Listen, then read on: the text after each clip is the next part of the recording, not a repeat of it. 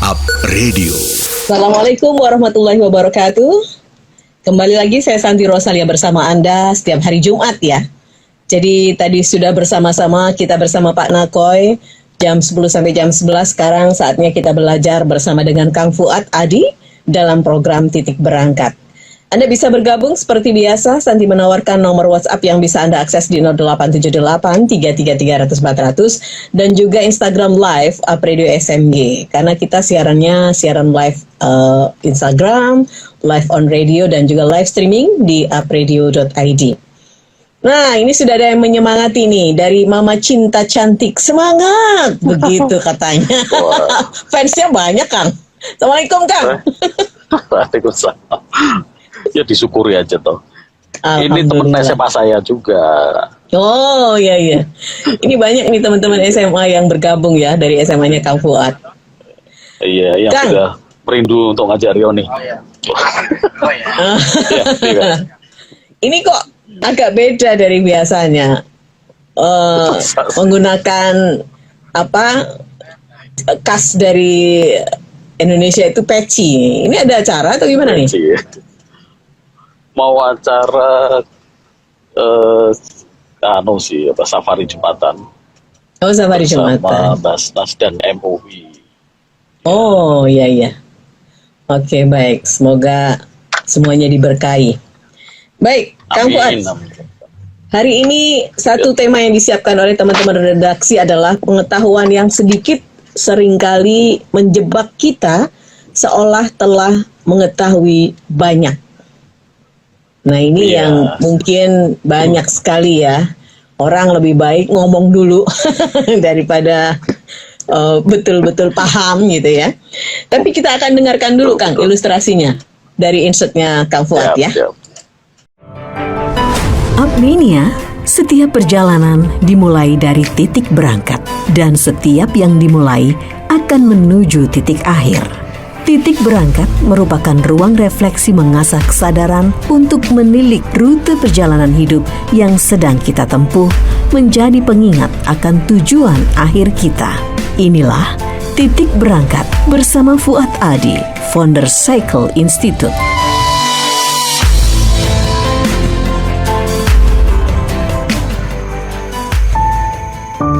Pada sebuah perjalanan ke sebuah destinasi wisata baru di kota kami, dengan rasa penasarannya, tiba-tiba si kecil menceletuk, "Nanti di sana ada ikan hiu nggak ayah?" Saya jawab, "Nggak ada." "Kalau megalodon?" "Nggak ada juga. Kita kan akan ke tempat wisata sungai, jadi tidak mungkin rasanya kita akan ketemu ikan-ikan itu." Selepas menjawab pertanyaan si kecil, sambil terus melanjutkan perjalanan, pikiran saya melintasi membayangkan sebuah nama ikan itu, megalodon.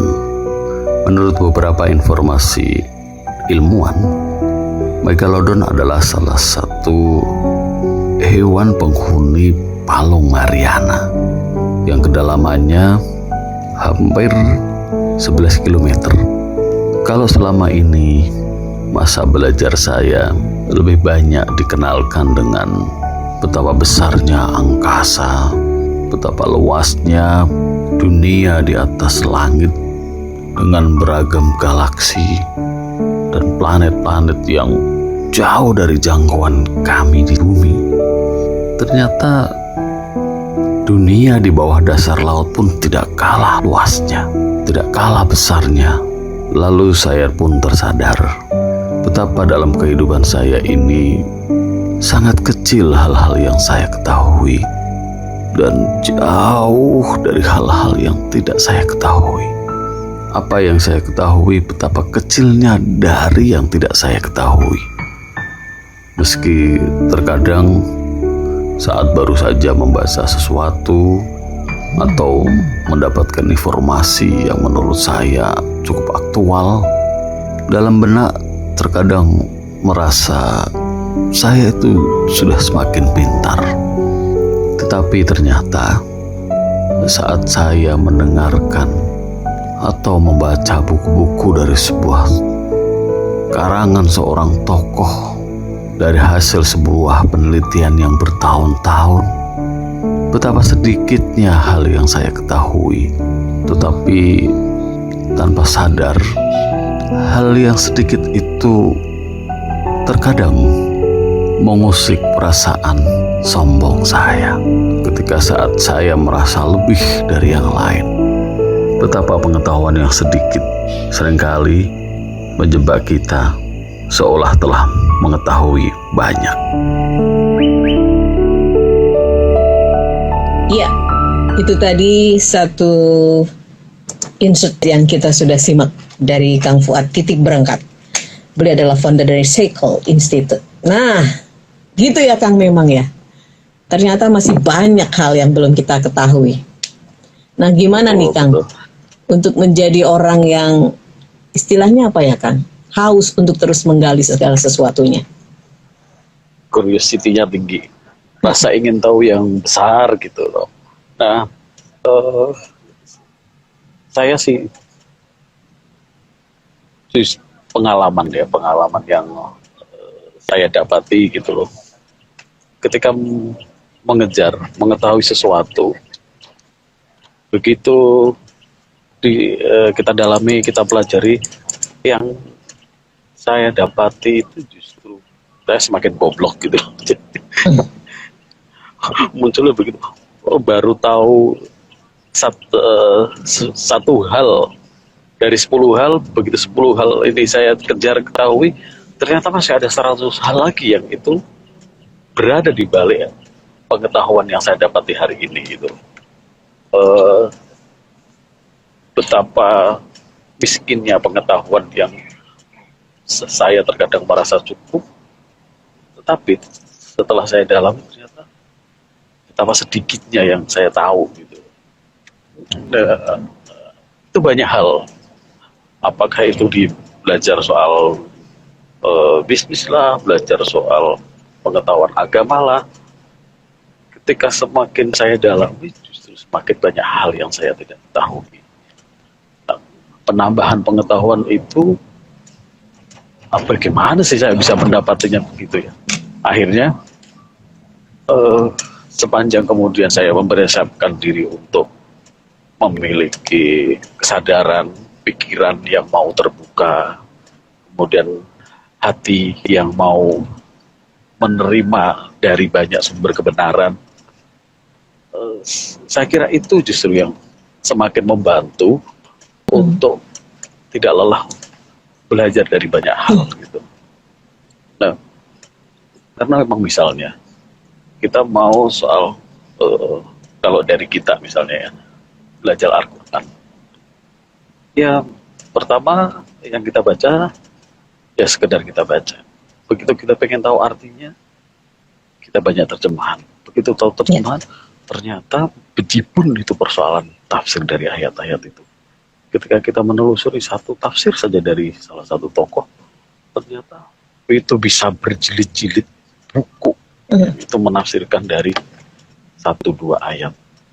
Semakin ditelusuri lagi, ternyata di dalam tafsirnya itu beliau juga mencatat dari beberapa sumber ulama-ulama yang itu dari banyak karya yang jauh lebih luas lagi. Jadi kok jadi semakin kecil ya dari apa yang saya ketahui. Ya, barangkali disitulah sifat ilmu ya. Di atas langit pasti ada langit lagi. Ya. Ya, bagi saya sih kerendahan hatilah yang itu mampu untuk menyediakan diri saya untuk mau belajar lagi dan lagi. Saya rasa sih kesana Mbak Santi. Ya. Dan Kang, kalau ya dengan kerendahan hati tadi ya Kang, sehingga membuat Kang Fuad terstimulan untuk terus menggali dan menggali.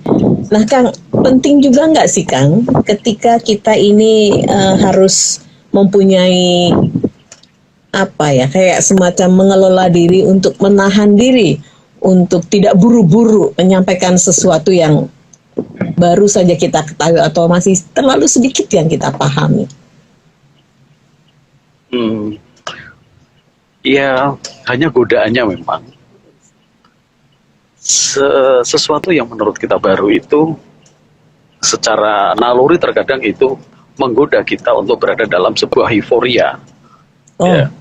Dan ini ya kalau kita perhatikan misalnya kenapa muncul banyak hoax segala itu karena merasa bahwa ya ini sesuatu yang baru biar saya menjadi orang yang update.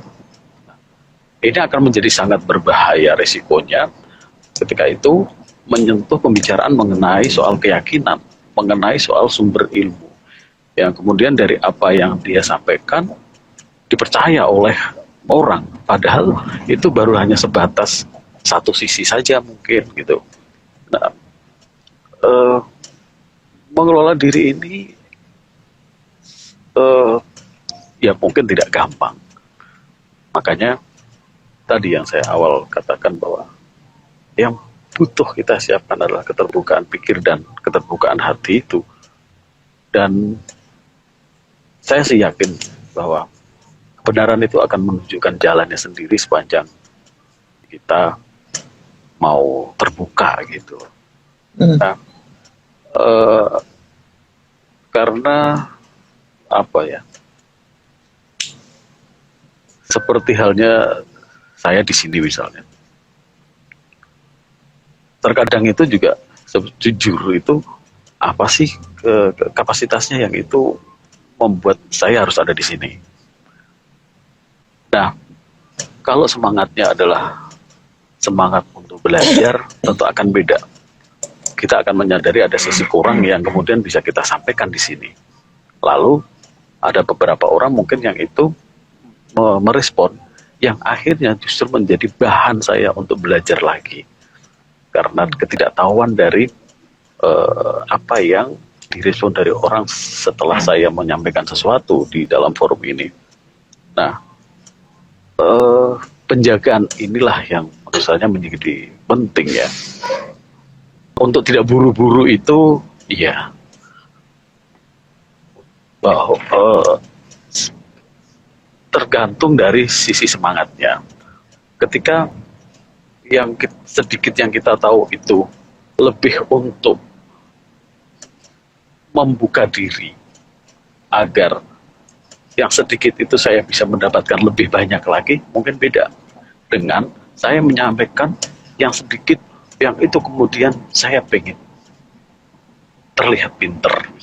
Nah, godaan di sinilah yang kadang ya itu justru akan menjadi bumerang buat diri saya sendiri. Karena ketika saya merasa cukup tahu, saya cenderung untuk berhenti mencari tahu.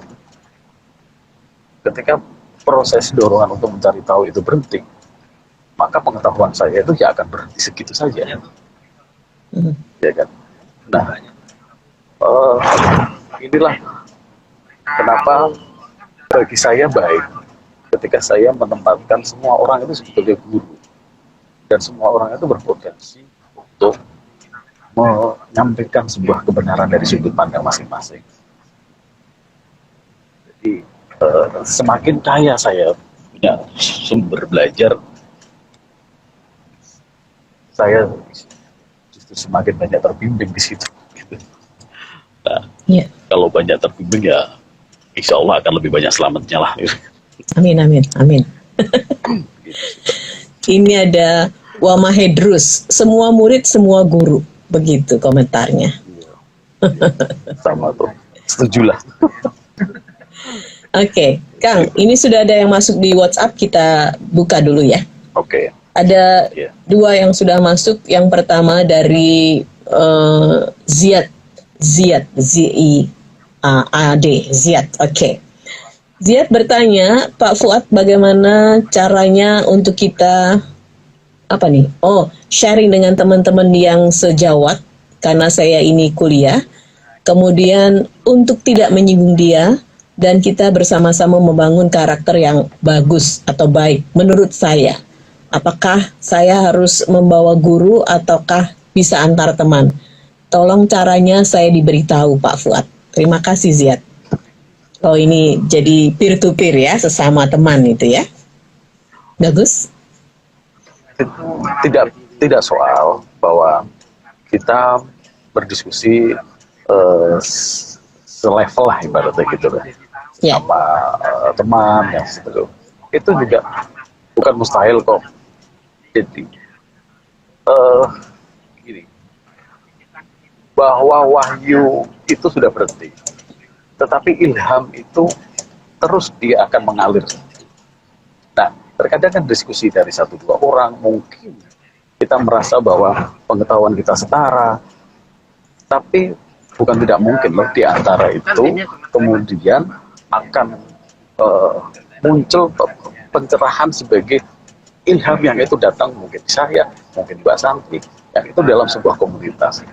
Nah, kepekaan tadi, kepekaan untuk terbuka dan tidak membuat kesimpulan tergesa-gesa, atau kemudian ketika berdiskusi sesama itu menjadi buntu, sah saja.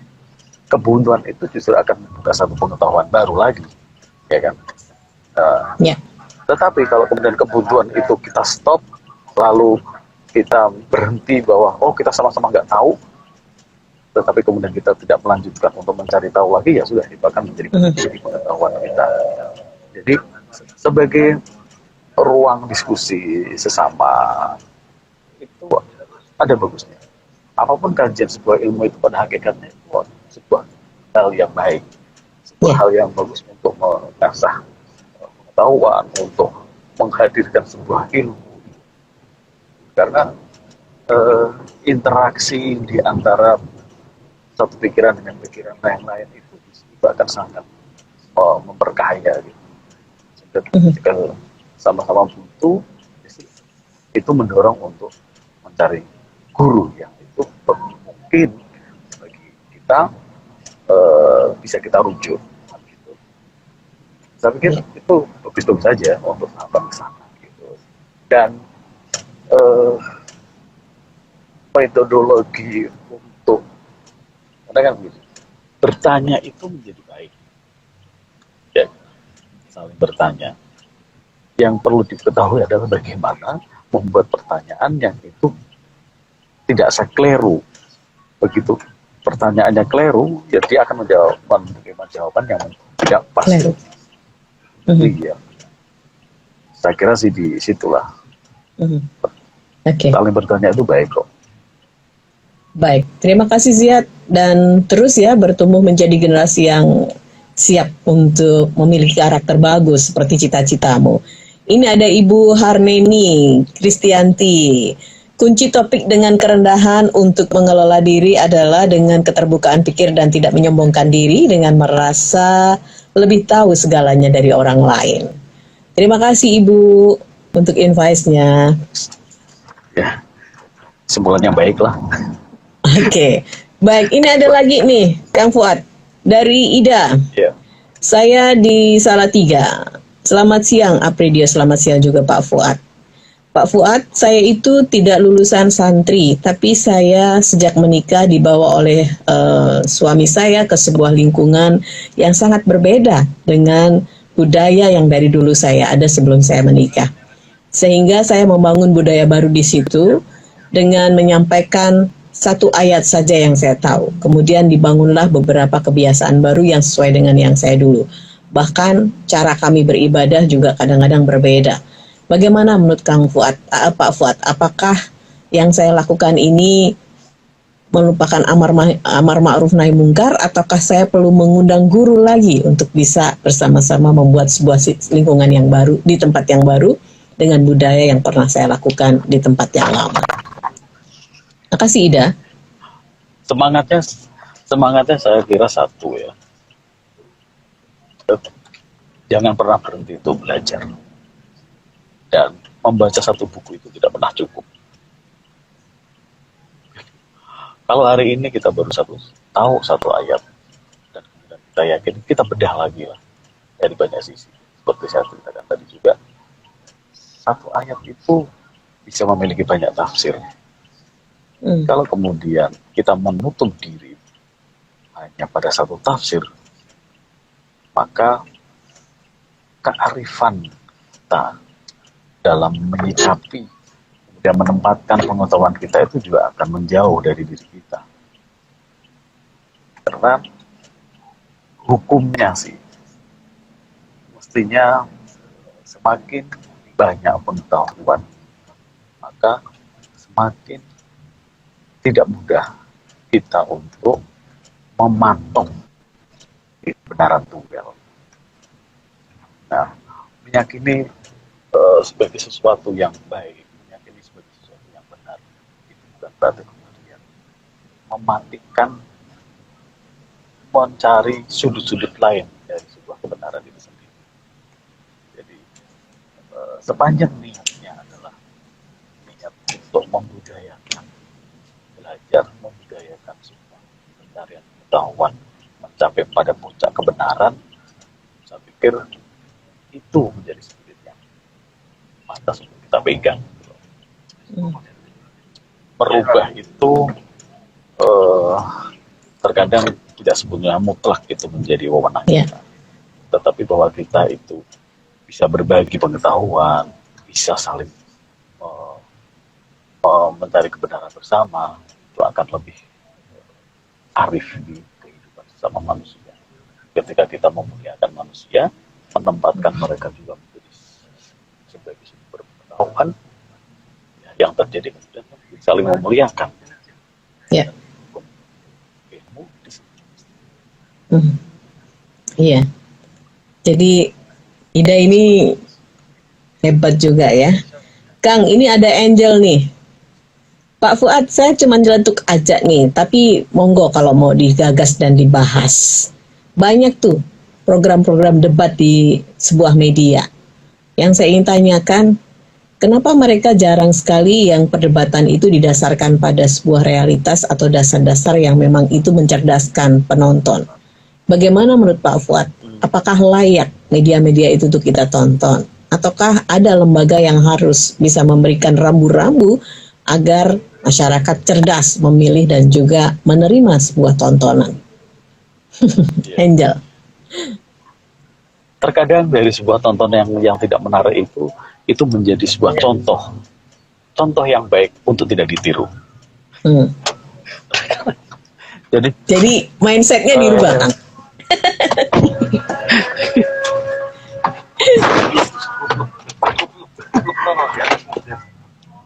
Sudah. Iya. Sorry. Jadi menurut saya sambil jalan ya. Ya. Sudah sampai ya? Sudah sampai, tidak apa-apa. Nah, soal saya sih begini, meyakini bahwa meskipun itu mungkin dari sudut pandang kita itu ada sesuatu yang tidak baik di situ, tetapi juga tidak sepenuhnya. Pasti ada sisi-sisi yang itu bisa kita ambil. Nah, kita jadi tahu kan, misalnya ketika perdebatan itu adalah perdebatan mencari pembenaran, maka yang terjadi apa yang kita saksikan, orang akan menjadi saling mengotot pada posisinya masing-masing. Tetapi ketika perdebatan itu adalah perdebatan untuk mencari sebuah kebenaran, orang saling mempertahankan pendapat, tetapi bukan untuk saling menyerang, tetapi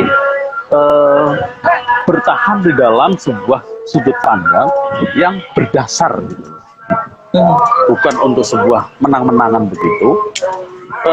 Saya pernah mengikuti sebuah, kalau di tradisi NU itu ada Bahsul Masail namanya kan.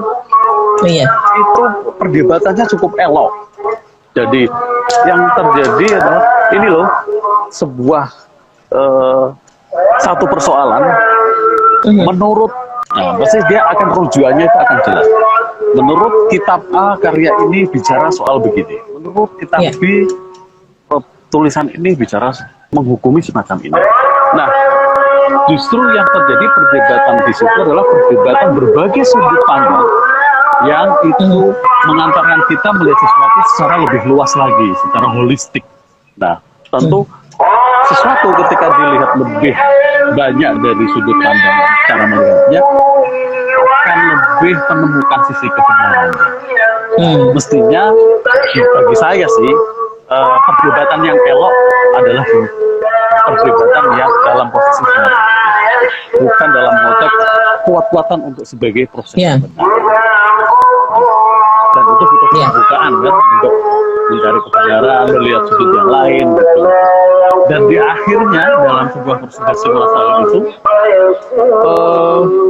apapun kemudian keputusan yang terkuat pendapatnya, terkuat dasarnya, nah yang dilihatnya di situ, itulah yang menjadi keputusan bersama. Dan habis itu Ya. udah damai lagi, nggak ada persoalan. Baik, silakan Angel ya, mungkin bisa melihat itu menjadi sebuah ruang belajar juga ya Kang ketika ada perdebatan itu. Baik Kang, sepertinya Kang Fuad Iya. sudah mau akan melakukan kegiatannya dan mungkin bisa di akhir perbincangan titik berangkat ini Kang, apa yang mau dikonklusikan Kang? Silakan Kang Fuad. Iya. Baik, sahabat-sahabat semua, para pendengar radio, kunci dari sebuah kesadaran kita untuk menempatkan pengetahuan yang kita punya adalah keterbukaan hati dan pikir, dan seraplah apapun yang hadir sebagai pengetahuan kita untuk memuliakan kita sebagai manusia yang dianugerahi hati dan akal. Saya kira itu, kurang lebihnya mohon maaf. Assalamualaikum Terima warahmatullahi kasih. wabarakatuh. Waalaikumsalam warahmatullahi wabarakatuh. Disiarkan langsung dari Menara Universitas PGRI. Up Radio. Jalan Sidodadi Timur, nomor 24 Semarang. Inilah 98.5 FM. Up Radio, the Meaning Station.